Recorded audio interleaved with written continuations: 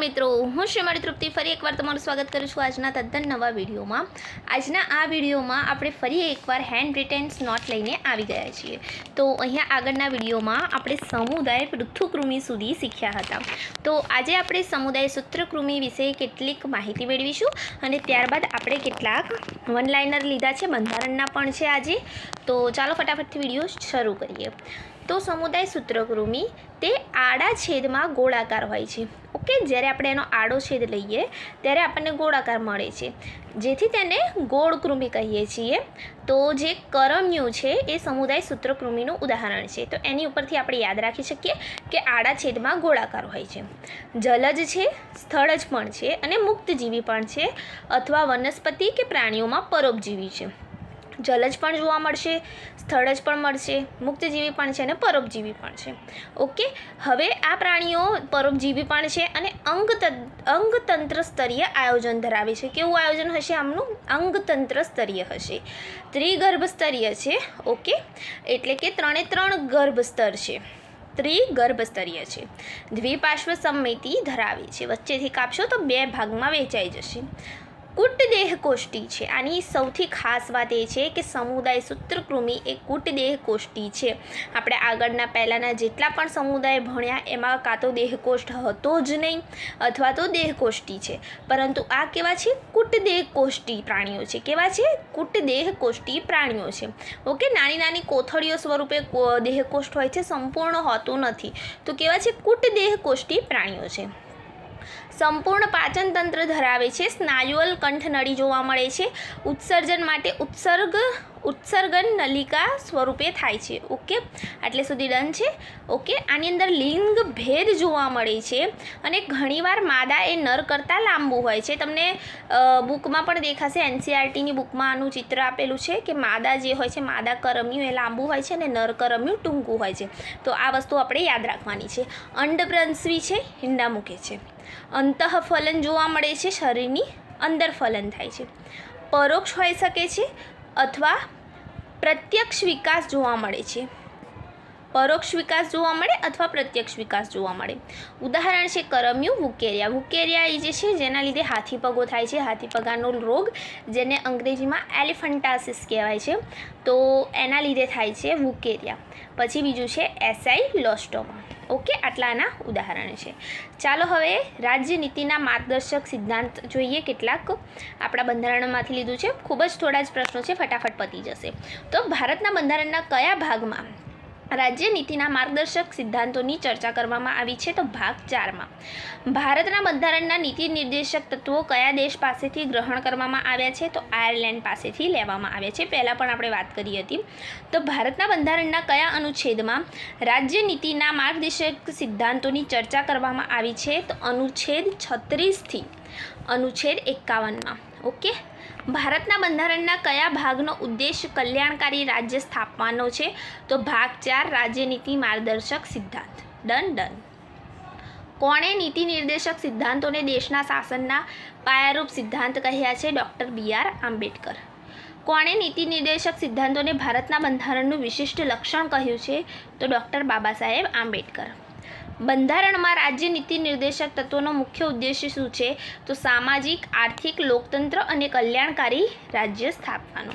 Okay, done. તો આ રાજ્ય નીતિ નિર્દેશકના કેટલાક પ્રશ્નો જવાબ આપણે જોયા. હવે આપણે ટ્રાન્સલેશન વિશે થોડી ઘણી માહિતી મેળવીએ, ખૂબ જ થોડી, એકદમ બેઝિક. ઓકે, તો the process of synthesis of protein from mRNA with the help of ribosome. રાઇબોઝોમની મદદથી થાય છે. કોનું સિન્થેસિસ થશે? આની અંદર આપણે mRNAનું સિન્થેસિસ કરવાનું છે.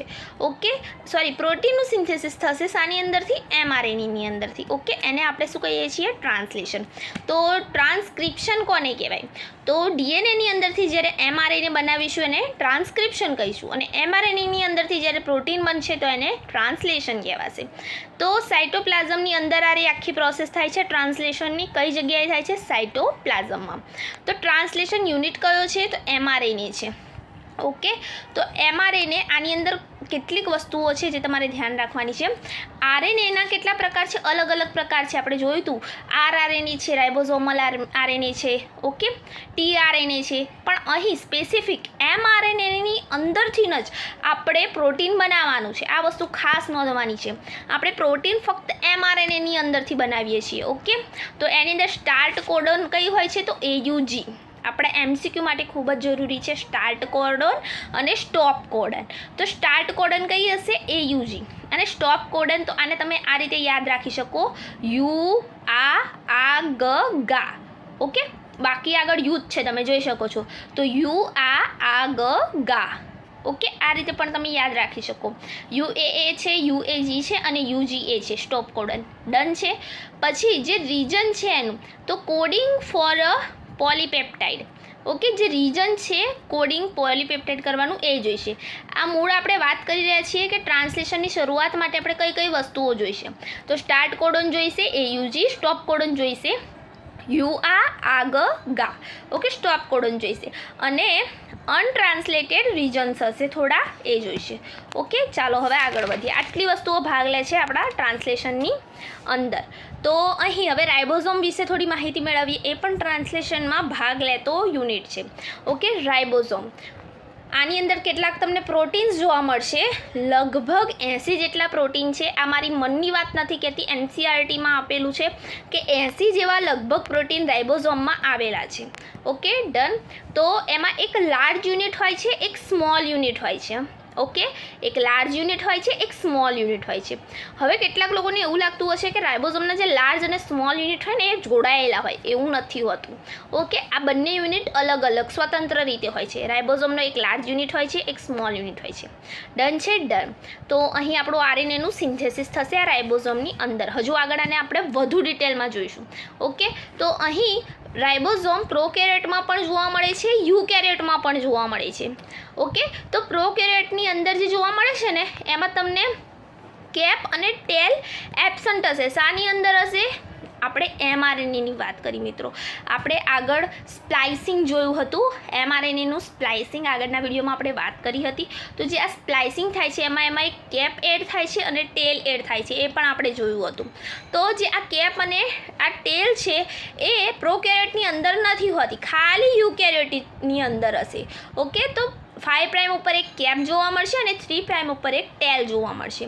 શાની અંદર? યુકેરિયોટ્સની અંદર, ઓકે. પ્રોકેરિયોટમાં જોવા મળતી નથી. હવે આપણે રાઇબોઝોમ બેઝ વાત કરીએ.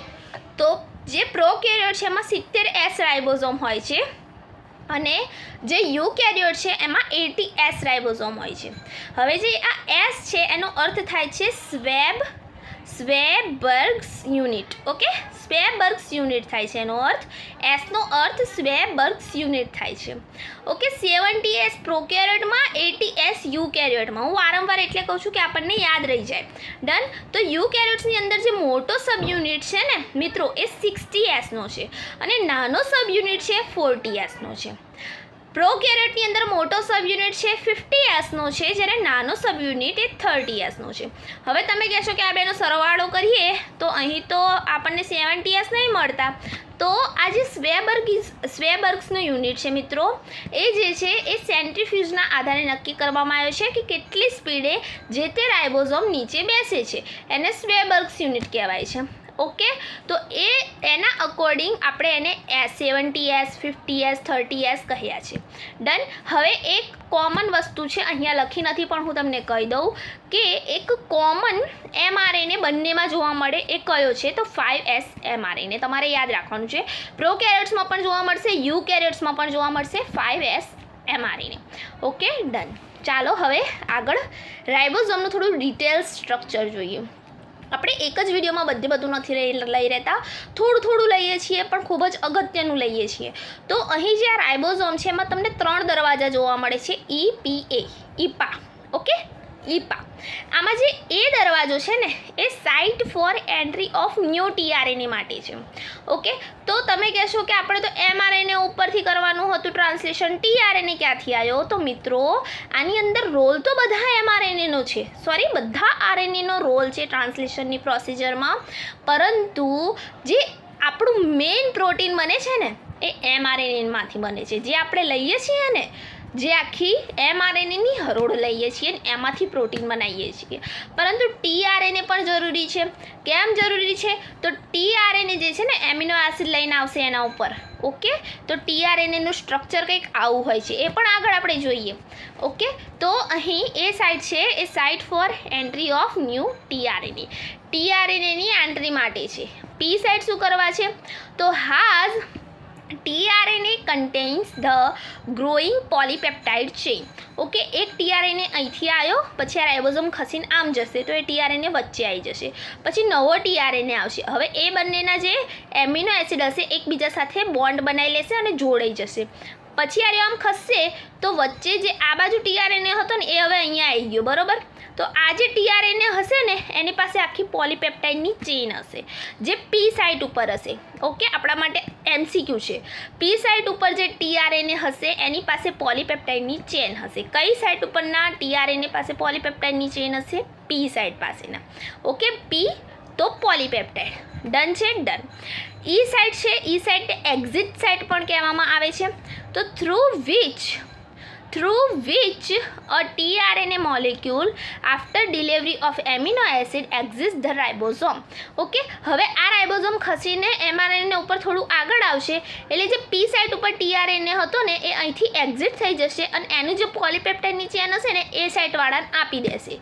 ઓકે, ડન છે? ડન. આખી પ્રોસેસ જોઈશું ત્યારે હું તમને વધારે ડિટેલ્સમાં કહીશ, પણ ખૂબ જ સરળ એવી પ્રોસિજર છે, આવડી જાય એવું જ છે. ઓકે, હવે tRNAનું થોડું સ્ટ્રક્ચર જોઈ લઈએ. તો આ જે tRNAનું સ્ટ્રક્ચર છે, હવે તમે કહેશો કે RNA તો સીધો હોય, આ કેમ આવો છે? કારણ કે એની અંદર અમુક એવી કોડોન છે, અમુક એવી જે કોડોન છે, જે રીતે કે A, T, G, C એ બધા સામે બંધ બનાવી દીધા છે એકબીજા પાસે, એટલે લૂપ જેવી રચના થઈ ગઈ છે. ઓકે, અને અહીંયા એક એન્ટીકોડોન લૂપ હોય છે, અહીંયા જે આપણો એમિનો એસિડ હોય છે એ આવીને ચોંટી જાય છે. બરાબર? આપણે ખૂબ જ સાદી ભાષામાં સાદી રીતે સમજવાનું છે. તો આપણા માટે હવે આમાંથી અગત્યનું શું છે? તો આ બધું તમારા માટે એટલું અગત્યનું નથી. તમારા માટે અગત્યનું એ છે કે આ જે સ્ટ્રક્ચર છે એના 2D સ્ટ્રક્ચરને શું કહેવાય? તો clover leaf structure. Okay, 2D structure હશે tRNAનું આવું, એને ક્લોવેર લીફ સ્ટ્રક્ચર કહેવાશે. અને જો 3D સ્ટ્રક્ચર હશે તો એને ઇન્વર્ટેડ એલ શેપ્ડ કહેવાશે. ઓકે, આવું tRNAનું જ્યારે 2D સ્ટ્રક્ચર હશે ત્યારે ક્લોવેર લીફ સ્ટ્રક્ચર કહેવાશે, અને 3D સ્ટ્રક્ચર હશે ત્યારે ઇન્વર્ટેડ એલ શેપ્ડ જેવું હશે, એટલે એને ઇન્વર્ટેડ એલ શેપ જેવું એર્યું સ્ટ્રક્ચર હશે, તમને જોવા મળશે. ઓકે, ડન છે? ડન. તો આજના આ વિડીયોમાં બસ આટલું જ. આશા રાખું છું કે તમને ખબર પડી હશે. જો ખબર પડી હોય તો પ્લીઝ આ વિડીયોને લાઇક કરો, તમારા મિત્રો સાથે શેર કરો. જો અમારી ચેનલ પર નવા હોય તો આને સબસ્ક્રાઈબ કરવાનું ના ભૂલતા. Thank you friends. Keep watching, keep learning.